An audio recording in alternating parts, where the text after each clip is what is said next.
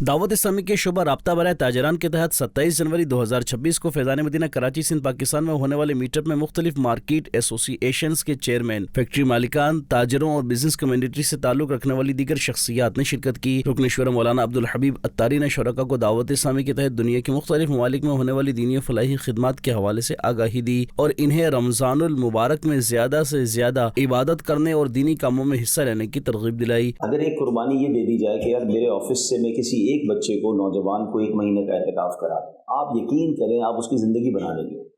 یہ پورا کا پورا لائف چینجنگ ایکسپیرینس ہوتا ہے۔ 1 مہینے کے لیے کسی کو ہاسپٹل میں ڈال دیں،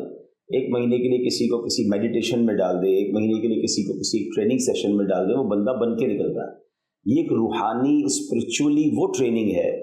میرا مشورہ یہ ہے کہ آپ اپنی فیملی میں، اپنے اسٹاف میں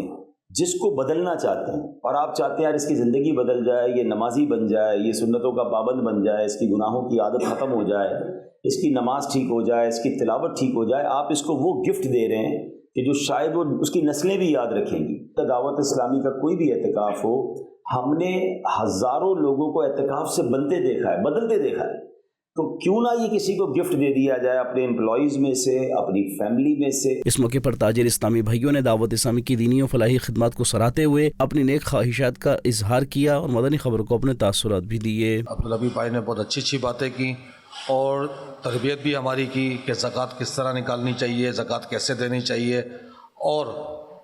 نماز کے بارے میں، رمضان کے بارے میں ماشاءاللہ بہت اچھی ترغیب ہوئی۔ اس طرح کے سیشنز دعوت اسلامی جو کنڈکٹ کرتی ہے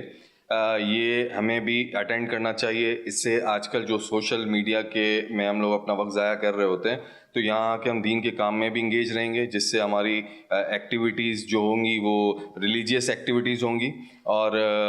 زیادہ سے زیادہ ہم ان کے ساتھ انگیج میں رہیں گے تو اللہ کے نیک بندوں کے ساتھ ہمیں نیکی کا اویئرنیس بھی ملے گی اور ہم ان کے ساتھ دعوت اسلامی کا کام کر پائیں گے۔ بیان کے بعد سوال و جواب کا سیشن بھی ہوا جس میں تاجروں اور صنعت کار اسلامی بھائیوں نے دینی کاموں میں حصہ لینے کی نیتوں کا اظہار کیا۔